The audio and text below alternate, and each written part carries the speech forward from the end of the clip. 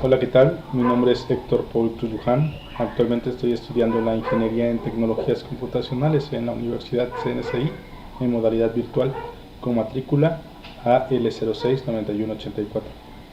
Hoy les voy a mostrar mi proyecto integrador de la materia Química General. Comenzaremos hablando del carbono. El carbono es un elemento químico de número atómico 6 y símbolo C.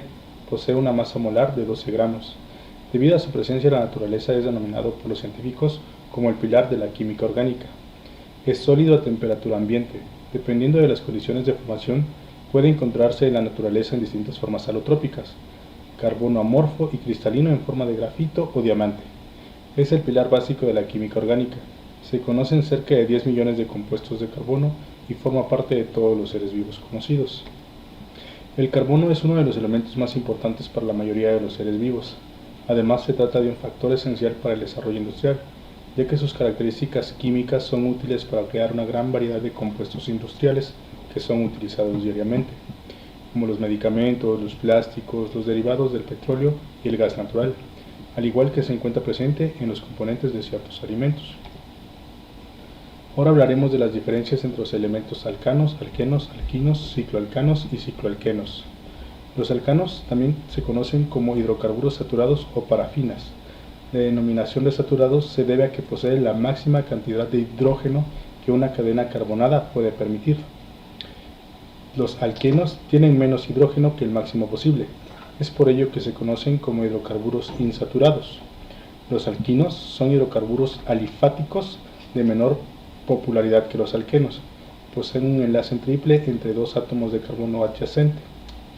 Los cicloalcanos se encuentran comúnmente en las proteínas, lípidos, carbohidratos y ácidos nucleicos, es decir, son constituyentes esenciales de las biomoléculas. Los cicloalquenos son compuestos orgánicos que presentan un ciclo, y en dicho ciclo existe al menos un enlace doble. Ahora hablaremos de algunos ejemplos de la química orgánica. Como hemos observado, para incluirse dentro de la química orgánica, un compuesto debe tener enlace de carbono e hidrógeno. El carbono tiene una gran capacidad de formar enlace con su gran número de elementos, y como consecuencia tenemos una enorme variedad de compuestos químicos dentro de la química orgánica. Algunos ejemplos de química orgánica en las proteínas son las vitaminas, los carbohidratos, los lípidos y los hidrocarburos. Los hidrocarburos, petróleo y gas natural, se formaron hace millones de años y se encuentran alojados en profundidad del subsuelo terrestre. Llamados así por su composición molecular de hidrógeno y carbono, son las fuentes de energía no renovables más demandadas en el mundo. Son un tipo de energía que se encuentra en la naturaleza en distintas cantidades. A pesar de su procedencia natural, las emisiones que provocan su utilización especialmente las referentes a la combustión de los derivados de petróleo, hace que no sean considerados fuentes de energías limpias.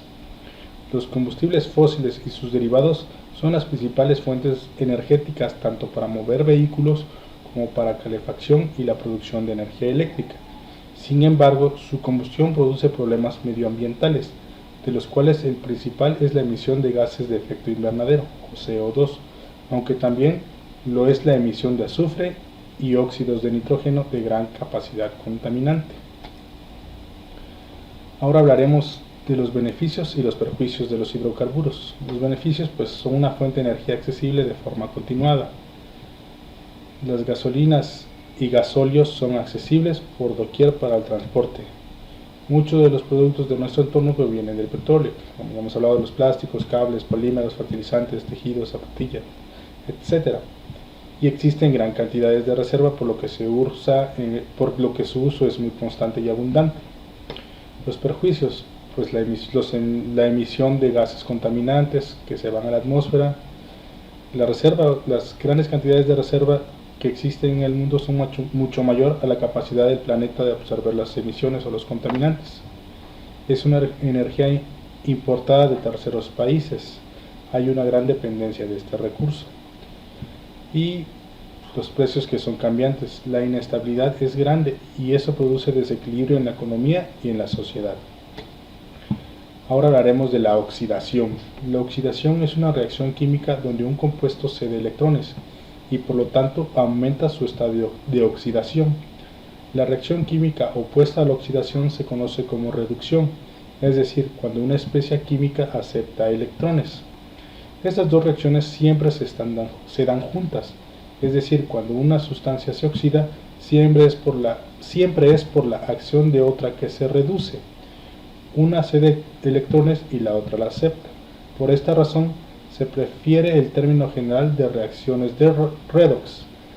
La propia vida es un fenómeno redox. El oxígeno es el mejor oxidante que existe debido a que la molécula es poco reactiva por su doble enlace y sin embargo es muy electronegativo, casi como el flúor.